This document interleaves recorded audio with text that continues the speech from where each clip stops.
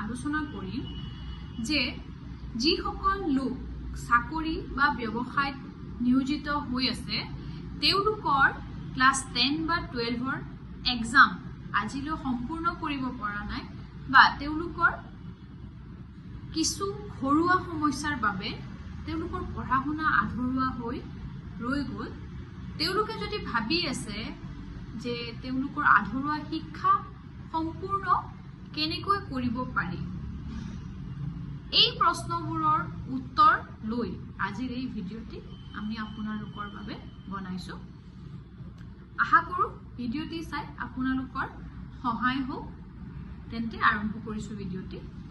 আজিৰ সময়ত বহু লোকেই চাকৰি কৰে, সময়ৰ অভাৱত বা দায়িত্ব বেছি হোৱা কাৰণত তেওঁলোকে নিজৰ 10 বা 12ৰ যি শিক্ষা সেইটো সম্পূৰ্ণ কৰিব নোৱাৰে।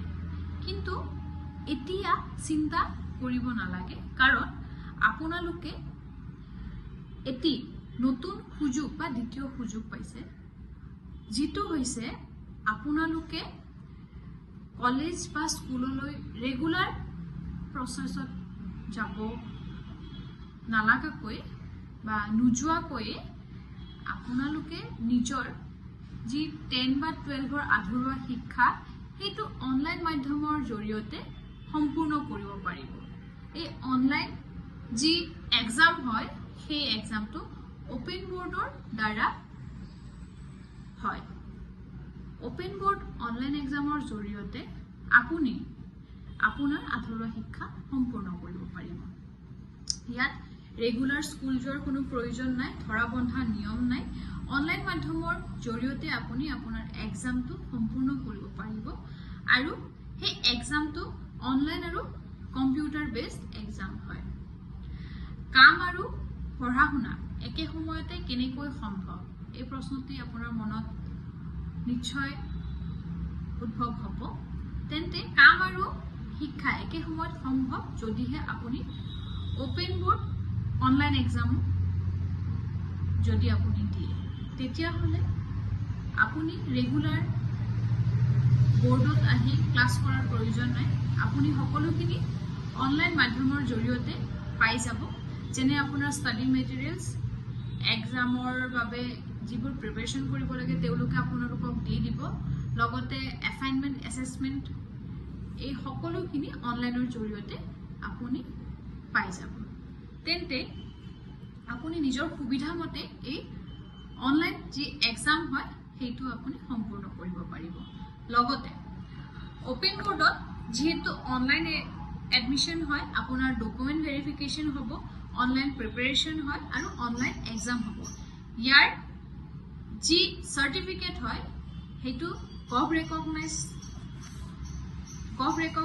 বৰ্ডৰ হয়।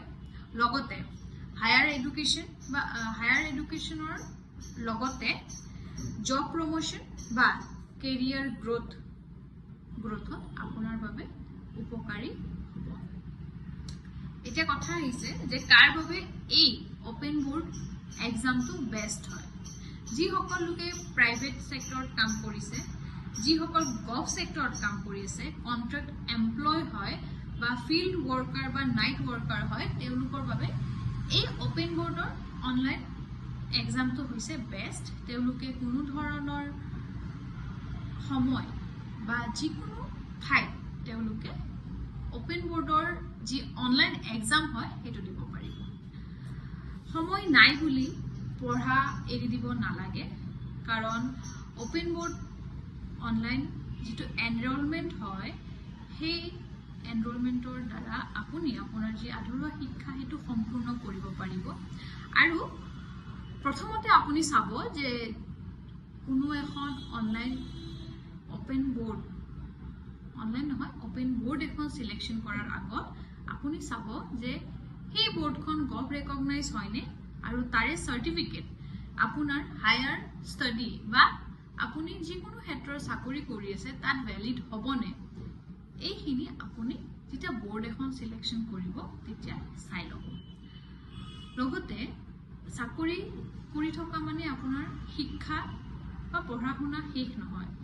অনলাইন যদি আপুনি ক্লাছ 10-12 এক্সাম দিয়ে সেইটো হৈছে আপোনাৰ কেৰিয়াৰৰ আপগ্ৰেড বা তাৰ চাবিকাঠি মানে কি হৈছে বৰ্তমান দায়িত্ব বা ইমানেই বেছি প্ৰেছাৰ হৈ গৈছে যে ঘৰৰ দায়িত্বটো ল'বই লাগিব বা যিকোনো সমস্যাৰ বাবে আপুনি কামত নিয়োজিত হ'ব লাগে যদি আপুনি ভাবি আছে যে ওপেন বোৰ্ডৰ জৰিয়তে আমি আমাৰ আধৰুৱা শিক্ষা সম্পূৰ্ণ কৰিব পাৰিব বুলি তেন্তে আপোনালোকে নিশ্চয় ওপেন বোৰ্ডত কন্টেক্ট কৰিব পাৰিব তেন্তে আজিৰ এই ভিডিঅ'টোত আমি জনালো যে চাকৰি কৰি থকা লোকসকলে কি ধৰণৰে এই ওপেন বোৰ্ডৰ এক্সাম দিব পাৰিব তেন্তে আজিৰ বাবে এইখিনি যদি কিবা ক'বলগীয়া থাকে তেন্তে কমেন্ট কৰিব আৰু যদি ভিডিঅ'টি ভাল লাগিছে তেন্তে লাইক শ্বেয়াৰ সাবস্ক্ৰাইব কৰিব ধন্যবাদ